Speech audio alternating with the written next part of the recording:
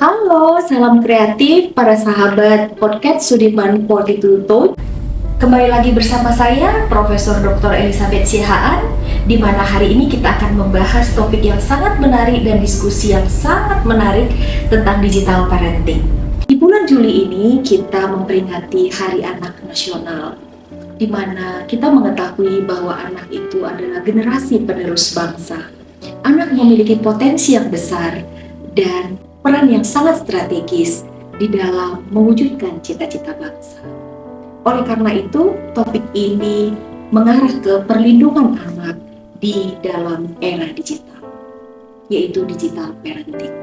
Di episode 2 ini kita kedatangan tamu yang sangat luar biasa. Beliau adalah dosen Fakultas Psikologi dari Universitas Sumatera Utara, yang tentunya sangat pakar tentang topik digital parenting yang akan kita bahas hari ini. Digital parenting itu adalah topik yang sangat dibutuhkan oleh banyak pihak untuk mendapatkan informasi yang tepat di dalam membimbing dan mendampingi anak di era digital. Digital parenting ini mengacu kepada praktek bagaimana orang tua di dalam mengasuh dan membimbing anak sehingga anak terlindungi dan optimal di dalam penggunaan digital. Sangat diperlukan pengetahuan orang tua di dalam mendampingi, di dalam mengasuh anak yang benar sehingga anak-anak bisa tumbuh dengan optimal di era digital ini. Selamat datang Ibu Rika Eliana, Master Psikologi Psikolog. Apa kabar Ibu? Super, luar biasa. Terima kasih Ibu Sabet sudah mengundang saya pada podcast kali ini. Oke, terima kasih Ibu Rika Eliana yang telah hadir di acara podcast kita kali ini. Di mana kami sangat mengakui bahwa Ibu Rika ini adalah seorang dosen yang penuh dengan kesibukan. Terima kasih buat kehadiran Ibu. Terima kasih. Supaya para sahabat podcast semakin mengenal Ibu, kami persilahkan kepada Ibu Rika untuk memperkenalkan diri.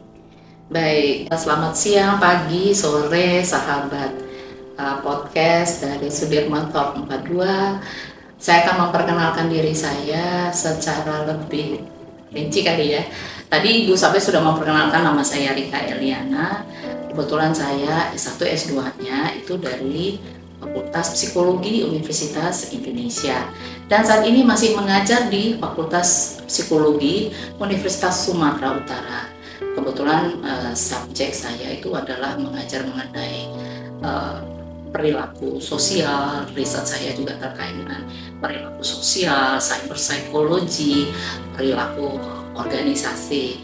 Dan kalau secara peran saya sebagai seorang ibu, ya saya sudah memiliki 2 orang anak yang sudah gede-gede. Jadi artinya ada peran berikutnya itu yang mungkin next tugas tambahan saya adalah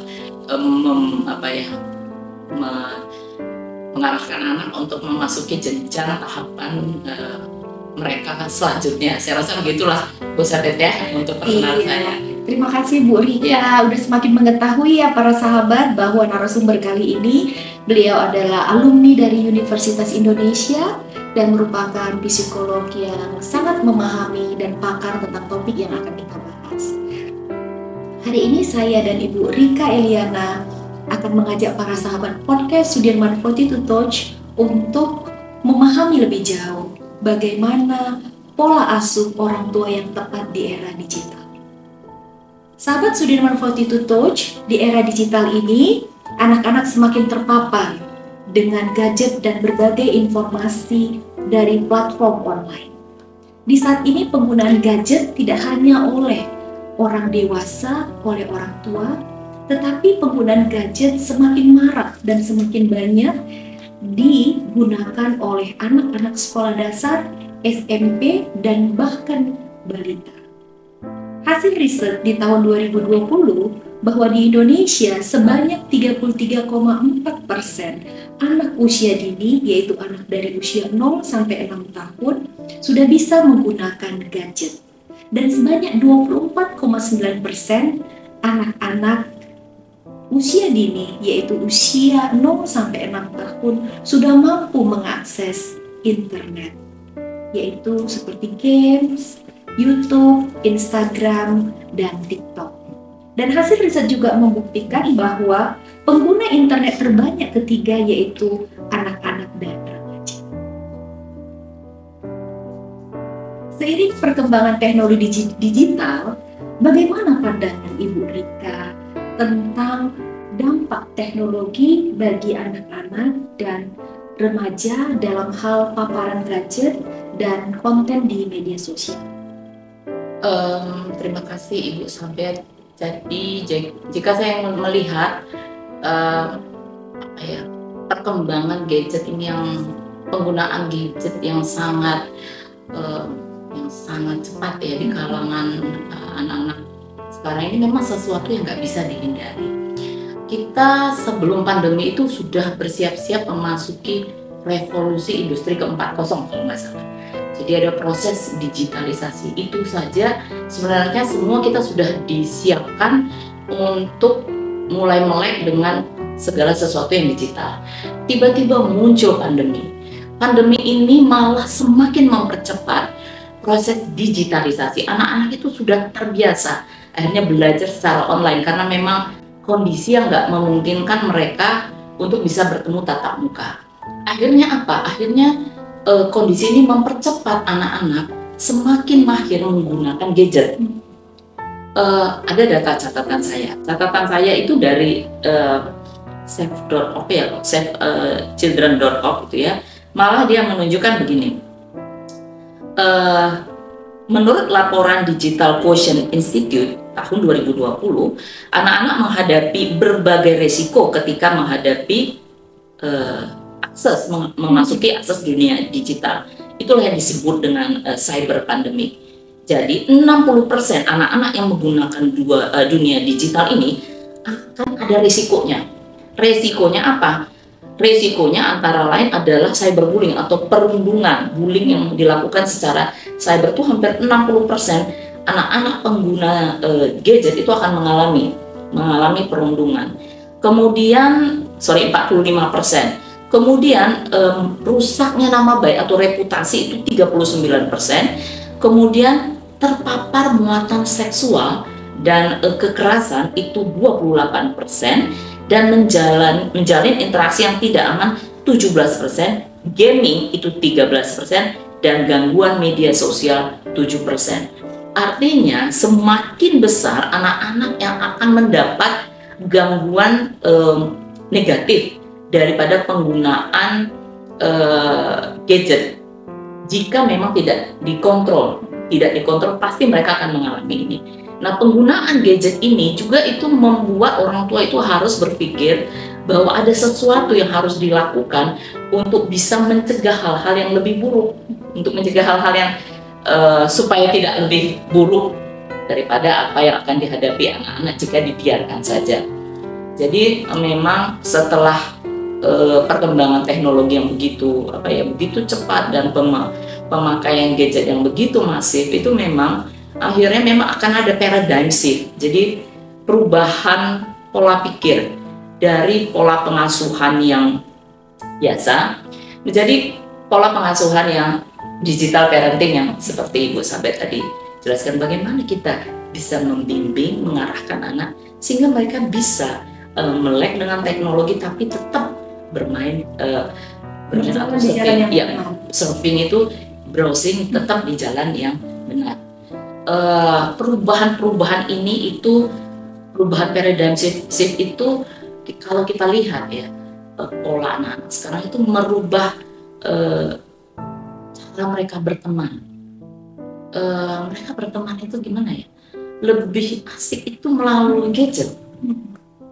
Kalau kita perhatikan, kalau kamu udah diskusi, udah melalui apa? Ya udah melalui WhatsApp saja.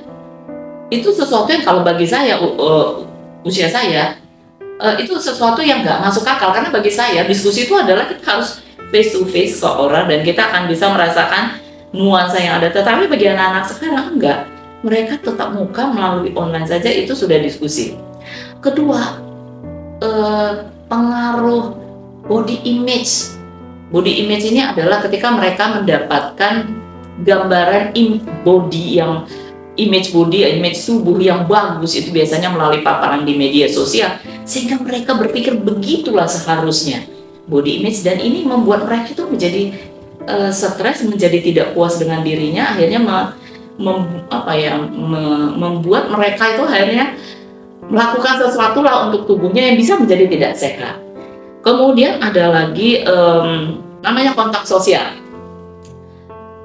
Kontak sosial ini tentunya kita itu tidak sembarangan berteman, tetapi enggak loh. Anak-anak sekarang itu akan sibuk memfollow atau memfollow entah siapapun, ya, di follow siapapun. Bagi mereka tidak masalah. Siapapun boleh akses kepada mereka. Makin banyak yang mengakses, makin senang mereka. Makin senang. Makin banyak yang ngasih like, kok makin senang. Kok tidak ada yang like, kok sedih. Jadi itu ada suatu paradigm shift gitu, ada perubahan paradigma pertemanan pada anak-anak sekarang. Dan memang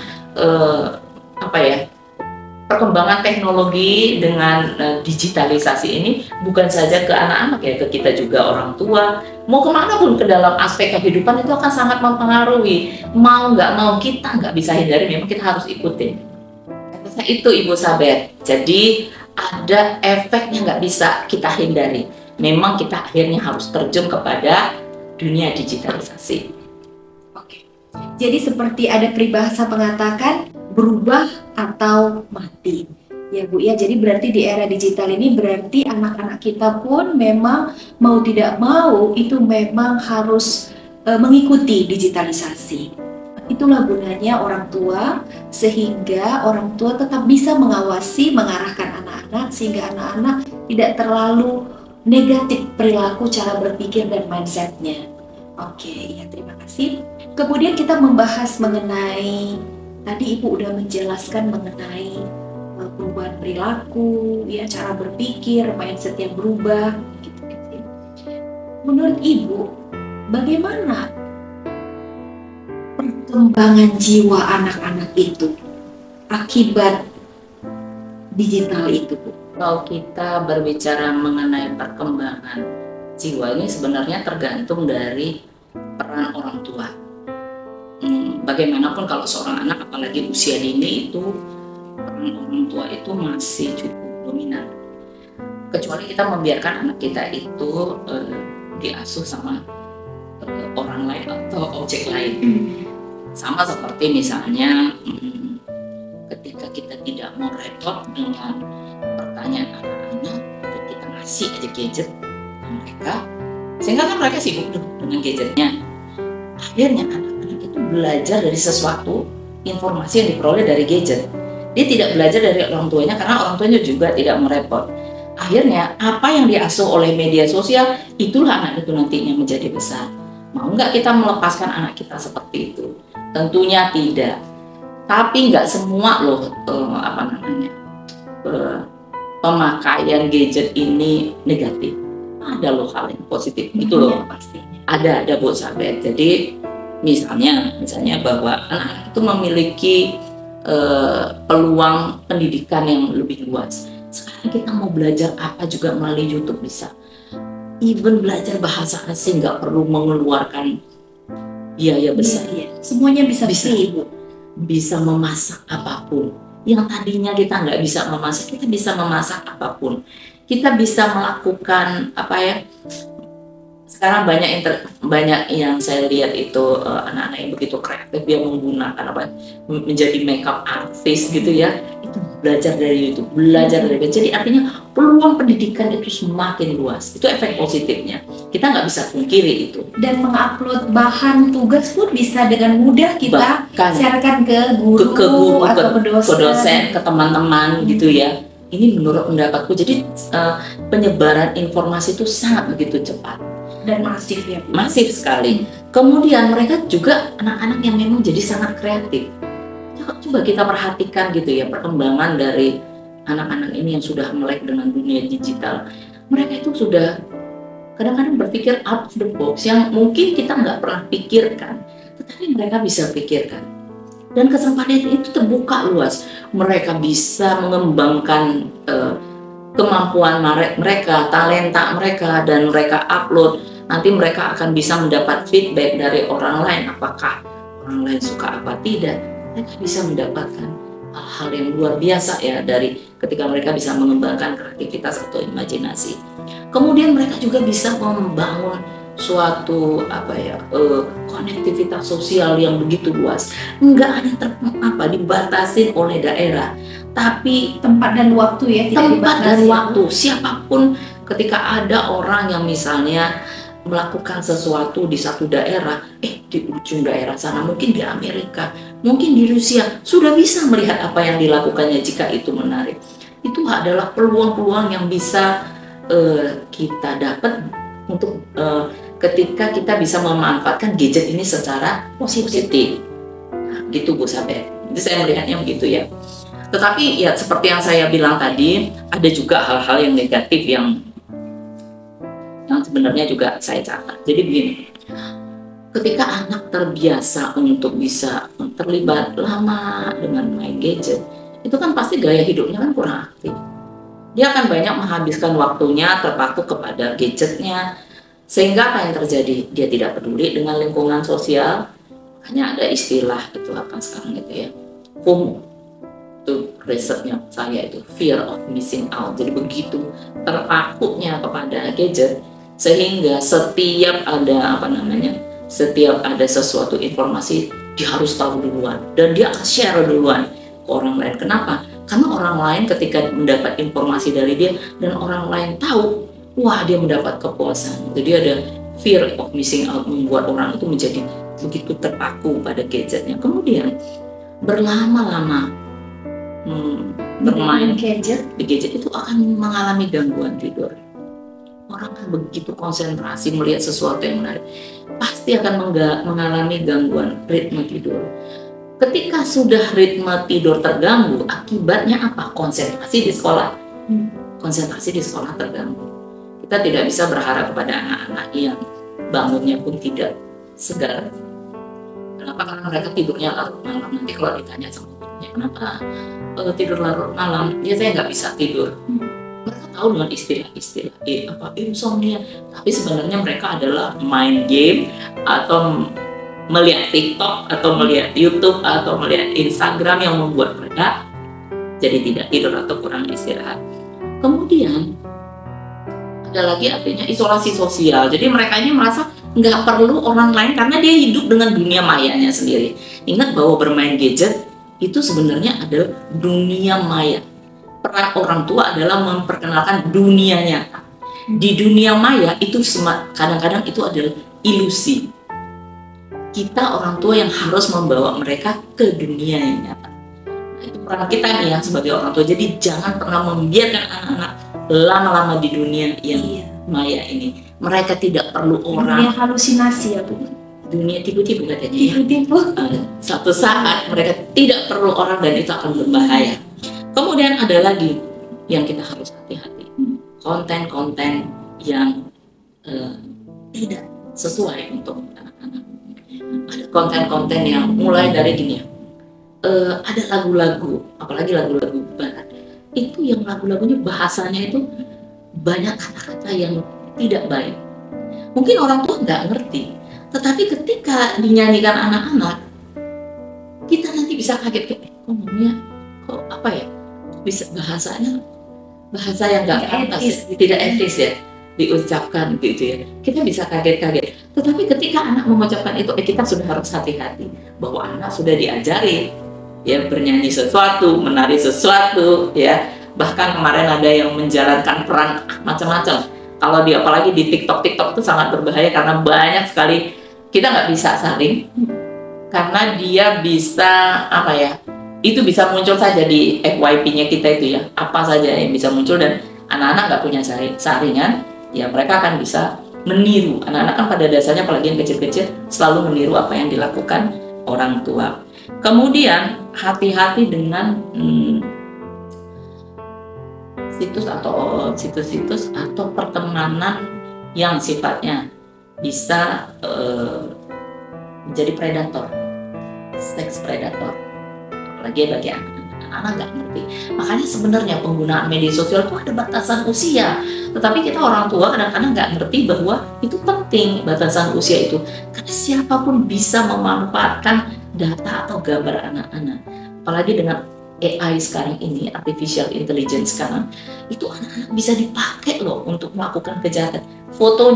Fotonya bisa dipakai untuk melakukan kejahatan, dan kita tanpa sadar bahwa kita sudah membantu memfasilitasi, sehingga memang konten-konten ini akan makin nakal, menjerat anak-anak. Seperti apa itu contohnya, Bu? Jadi saya perhatikan begini, ada foto anak-anak. Foto anak-anak ini di-capture atau dipergunakan sama orang dan dijual untuk di situs-situs tertentu yang akhirnya menjadi predator online, perdagangan seksual anak-anak. Kan kita nggak sadar, kadang-kadang kita happy aja gitu lah, kita lagi main-main, kita posting foto anak kita, terus kemudian tanpa sadar ya kita bawa dia kemana, kita foto, kita close up, ya apalagi nanti di kolam renang tuh di mana aja. Tiba-tiba nanti foto itu diambil, kemudian diperdagangkan, ya maksudnya gini, di crop atau di mana ya, akhirnya diambil anak-anak, foto anak kita, diperjualbelikan di dunia maya yang kita nggak bisa prediksi itu siapa. Dan itu berbahaya sekali. Kalau orang tua tidak tahu dan tidak hati-hati, itu bisa akan menjerumuskan anak kita sendiri.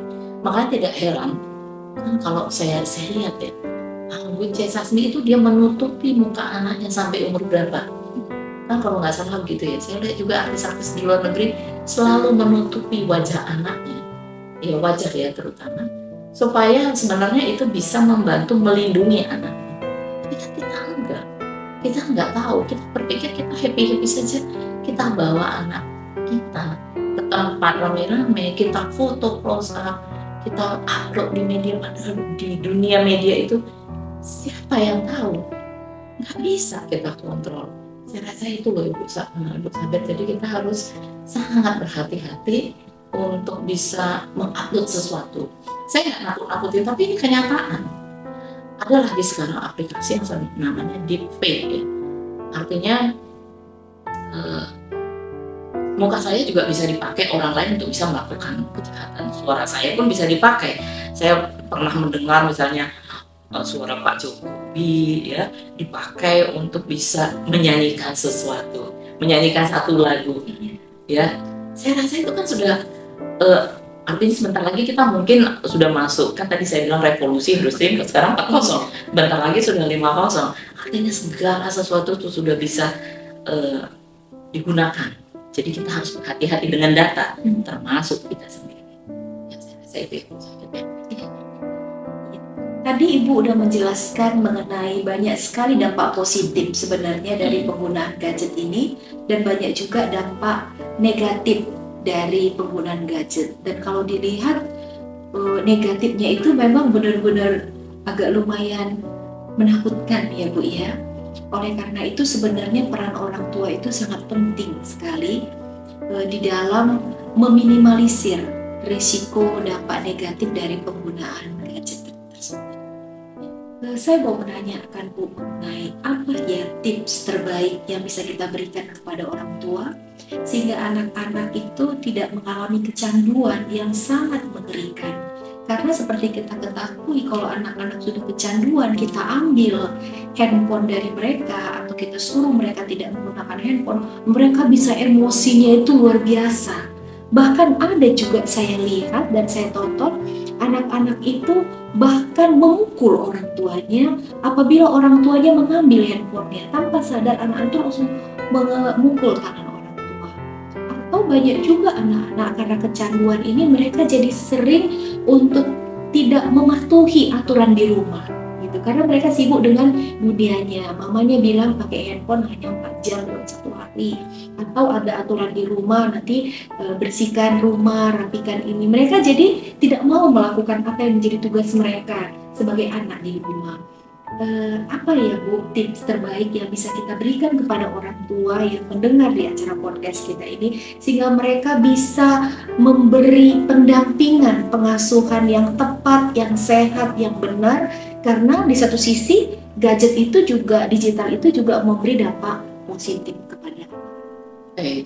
Jadi begini, kalau sudah sampai anak itu emosional, mengamuk, itu udah sampai tahap yang mereka itu perlu, menurut saya sudah perlu rehabilitasi. Tetapi ada prinsip yang mengatakan pencegahan itu jauh lebih baik daripada mengobati. Jadi kalau udah tadi sampai yang Ibu tadi sampai ceritakan bahwa anak itu sudah sampai temperamental, melawan, itu bagaimanapun anak itu sudah sampai namanya adiksi, ketergantungan ya, ketergantungan, dan itu memang harus dilakukan rehabilitasi. Masalahnya rehabilitasi terhadap game ini saya nggak tahu ya, belum banyak saya lihat. Tapi kalau di negara Korea, di negara Cina itu sudah ada rehabilitasi terhadap game. Jadi panti rehabilitasi terhadap game ini sudah ada. Kalau di Indonesia yang masih ada itu baru rehabilitasi terhadap narkoba yang saya lihat. Jadi kalau sudah sampai kepada kasus itu memang paling tidak kita bawa dulu deh ke konselor atau psikolog kali ya, untuk bisa anaknya ini bisa di terapi. Tetapi mencegah itu jauh lebih baik. Jadi proses pencegahan itu sebenarnya kalau dari digital parenting itu sebenarnya secara garis besar tuh ada 3, sama lah seperti model parenting sebelumnya, bahwa 1 itu membatasi penggunaan gadget. Idealnya berapa jam lah itu? Kalau untuk anak usia dini, misalnya anak usia TK, emang perlu gadget lama-lama. Mereka tuh justru perlu distimulasi untuk dibawa ke dunia luar, mengenal dunia nyata ini sebelum mereka benar-benar terpaku kepada dunia maya gitu loh. Justru kalau kita sudah melihatkan kepada dunia maya, bagi mereka tidak tertarik lagi kepada dunia real. Justru pada anak-anak usia dini jangan-jangan nggak perlu pun. Tapi bagi anak-anak SD yang sudah ada kewajiban, misalnya membuat video, harus mengupload videonya ke mana ya, ke WhatsApp atau memberikan ke YouTube ya. Nah, itu tentunya ada batasan, harus didampingi. Kalau bagi saya Bu, itu 1 jam 1 hari itu bagi anak SD pun sebenarnya udah kebanyakan. Kelas 1 SD Bu? Apalagi untuk kelas 1 SD itu sebenarnya kan masih belum ya. Mereka umur 5-6 tahun ya. 6 tahun ya, sekarang 6-7 tahun ya. Jadi mereka tuh pun belum banyak membutuhkan. Kecuali memang sekolahnya memang sangat digital ya. Semuanya itu tugas harus diupload ya, mau nggak mau ya. Jadi sesuaikan kembali dengan kebutuhan anak. Tapi sebagai orang tua, mulai sejak ini perkenalkan anak ke dunia luar. Yuk ajak jalan-jalan ke dunia luar. Kenalkan apa kayak jalan-jalan, gajah juga nggak tahu. Gajah cuma nontonnya di YouTube. Gajah yang dalam bentuk nyata tidak pernah gitu ya. Kemudian ada lagi gini, 1 yang namanya sudah tadi restriktif, kedua namanya seperti inklusif. Jadi kita bersama-sama melihat isi daripada aplikasi atau media yang dilihat anak. Bersama-sama ngelihat aja dulu ngapain sih gitu loh, supaya ibunya melek juga tahu apa aplikasinya gitu loh Bu. Jadi ketika itu tahu, kita akan ngerti ini bahaya di mana, bahaya atau tidak. Kadang-kadang yang kita lihat seperti kartun, ternyata ada unsur 17 tahun ke atas, pornografinya, atau kekerasannya, atau horornya, kata-kata kotor gitu ya. Jadi itu perlu kita dampingi anak-anak gitu ya. Kemudian perbanyaklah membawa aktivitas anak keluar. Ada waktu membawa keluar itu, kalau zaman dulu ya masih ada waktu gimana kita duduk di taman gelar tikar ya. Kalau sekarang kan enggak ya. Orang tua misalnya keluar dari rumah nggak tahu bawa kemana, bawa ke mall. Akhirnya yang diperkenalkan adalah dunia mall. Jadi kadang-kadang kita perlu bermain bersama apa? Di alam terbuka ya. Alam terbuka sajalah. Berenang di mana? Di berenang di kolam renang, cari yang murah, atau duduk di taman, duduk di taman, bawa makanan, ketawa-ketawa, bawa bola, biarin aja anak-anak sih, tapi diawasi sehingga mereka melihat, oh ini ternyata indah banget ya, dunia ini indah, bahwa di dunia real ini kadang-kadang mereka harus keringatan, mereka harus misalnya berebut sama orang, itulah dunia nyata. Jadi selain ada pembatasan, kemudian juga kita ikut bersama mendampingi, kemudian kita juga sama jadi orang tua, jadi role model lah. Pulang dari kerjaannya, janganlah kita juga melihat media sosial, anak-anak nggak bisa nanya pun sama mamanya, ya udah ya tanya sana ya, mama lagi ada kerjaan. Itu juga saya rasa tidak kurang tepat. Jadilah role model yang benar ya. Jadilah role model yang baik. Saya rasa itu ya, Ibu Sadet ya.